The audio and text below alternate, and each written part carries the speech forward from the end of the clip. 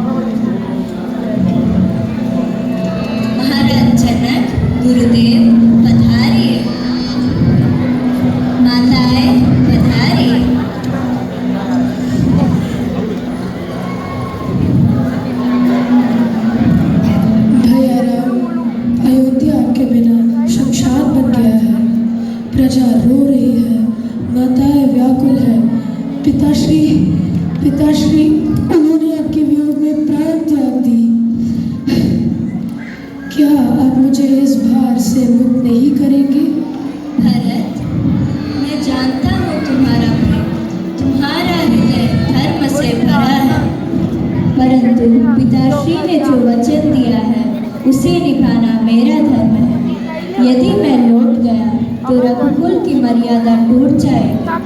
क्या तुम चाहोगे कि मैं पितृवचन को भंग करूं? भैया, धर्म केवल वचन निभाना नहीं होता, धर्म में करुणा भी होती है, न्याय भी। क्या प्रजा का दुख धर्म नहीं है? क्या माता का पीड़ा धर्म नहीं है? भरत, भैया राम ने जो मार्ग चुना है वह कठिन है पर धर्ममय है। तुम्हारा प्रेम सच्चा है पर धर्म की राह भावनाओं से नहीं सिद्धांतों से चलती है। भरत, प्रभु राम का त्याग केवल विनाश नहीं, यह आत्मा की परीक्षा है। वे स्वयं को तट में डालकर रघुकुल की मर्यादा को जीवित रख रहे हैं। महाराज जनक, जैसा कि आपको विदित हो चुका है, अयोध्या का राज परिवार इस समय एक धर्म संकट में फंसा है। ऐसे समय में आपका आगमन हमारे लिए मंगल सूचक है। इससे हम सबको एक धैर्य बन गया है। आपके ज्ञान और विवेक से आप हमारा मार्गदर्शन करेंगे। एक ओर राम की मर्यादा है, दूसरी ओर भरत का प्रेम। दोनों में से जीत किसकी हो? आप दोनों परिवारों में श्रेष्ठ हैं, इसीलिए हमने निश्चय किया है जैसे आप कहेंगे सभी उसका पालन करेंगे। नाथ, हमारे लिए पिताश्री के स्थान पर आप ही है। आप धर्म की पूर्ण ज्ञाता हैं, इसलिए मुझे पूर्ण विश्वास है कि आप ही मेरे धर्म की रक्षा करेंगे। मुझे आपका सेवक समझकर आप जो आज्ञा देंगे उसे मैं पूरा करूँगा।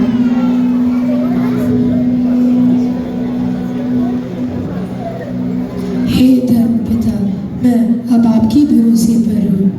आप एक पिता के भांति मुझे अधर्म से बचाएंगे। आप एक राजा भी है, ऋषि भी है, इसलिए निष्पक्ष भाव से मेरे हृदय के प्रेम को जानकर मेरा न्याय करेंगे। मैंने श्री राम की राज्याभिषेक का सारा सामग्री सबके सामने रख दी। यदि न्याय मेरे पक्ष में है तो इसी समय सबके सामने श्री राम की राज्याभिषेक किया जाए। यही अपेक्षा लेकर मैं अपने आप को आज्ञादित करता हूँ। श्री राम, श्री भरत, आप दोनों में श्रेष्ठ कौन है इसका निर्णय तो स्वयं ब्रह्मदेव भी नहीं कर सकते। फिर मैं तो एक तुच्छ प्राणी। एक और धर्म और मर्यादा की प्रेम और ममता की पराकाष्ठा। इन दोनों महान विभूतियों के बीच निर्णय करने का कार्य अत्यंत दुष्कर है। हे राम, अपने धर्म पर तुम्हारी दृढ़ता देखकर इस समय देवता भी तुम्हारी वंदना कर रहे हैं। धर्म सबसे बड़ी शक्ति है। शास्त्रों में भी धर्म को तीनों लोकों में सबसे ऊपर माना गया है, जिससे हम सब बंधे हुए हैं। परंतु प्रेम एक ऐसी दिव्य नीति है जिस पर किसी धर्म का बंधन नहीं। प्रेम निष्कलंक, निस्वार्थ है। प्रेम सभी धर्मों से ऊपर है। इसीलिए इस समय भरत का पलड़ा भारी है। भरत का प्रेम निष्कलंक और निस्वार्थ है और वह तुम्हारा अनन्य भक्त भी है। तुम्हारे प्रेम की जीत हुई है भरत, परंतु याद रखना, प्रेम के भी कुछ विधान होते हैं, कुछ नियम होते हैं। प्रेम की शक्ति इसमें है कि वह निस्वार्थ हो। इसीलिए तुम्हें यह सोचना चाहिए कि इस समय राम के लिए तुम क्या कर सकते हो। प्राणों से बड़ी वस्तु कुछ नहीं होती महाराज। मैं श्री राम के लिए अपने प्राण भी दे सकता हूँ। प्राण देना सरल है। यदि तुम सच्चे भक्त हो तो श्री राम के चरणों में बैठकर उनसे पूछ लो कि उनकी प्रसन्नता किसमें है। जो आज्ञा महाराज, आपने मेरी आंखें खोल दी। भक्ति क्या होती है यह मैंने आज समझा। जन्म जन्मांतर तक मैं आपकी ऋणी रहूंगा।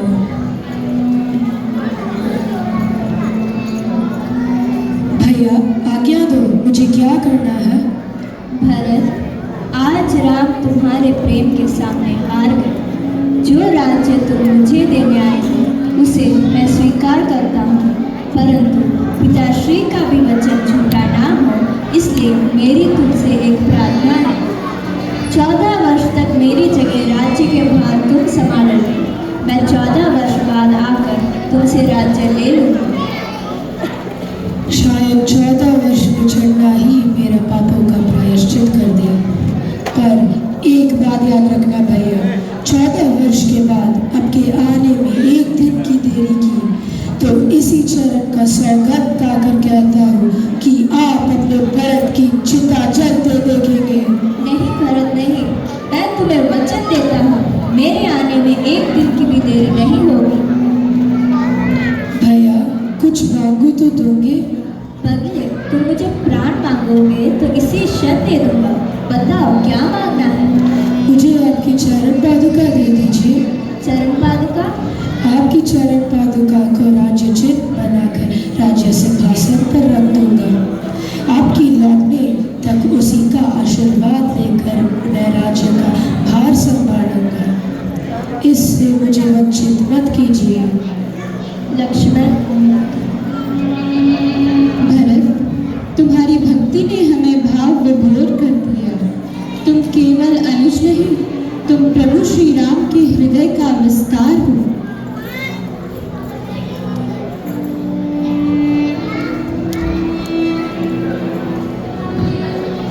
भरत, आज तुमने सिद्ध कर दिया कि प्रेम और धर्म साथ चल सकते हैं।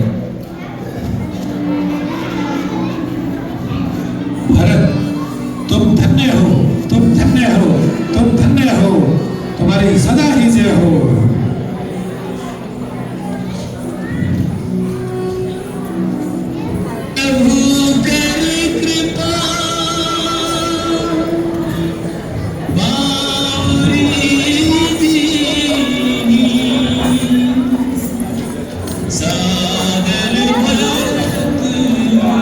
संवाद समाप्त हो चुकी थी। चित्रकूट की वादियां अब मौन थी, पर उस मौन में भी एक दिव्य गूंज थी, धर्म की, प्रेम की और त्याग की।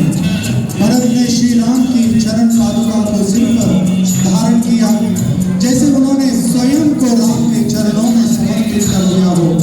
वो राजगद्दी नहीं, राम की मर्यादा चाहते थे। चित्रकूट के उस पावन क्षण के ये सिद्ध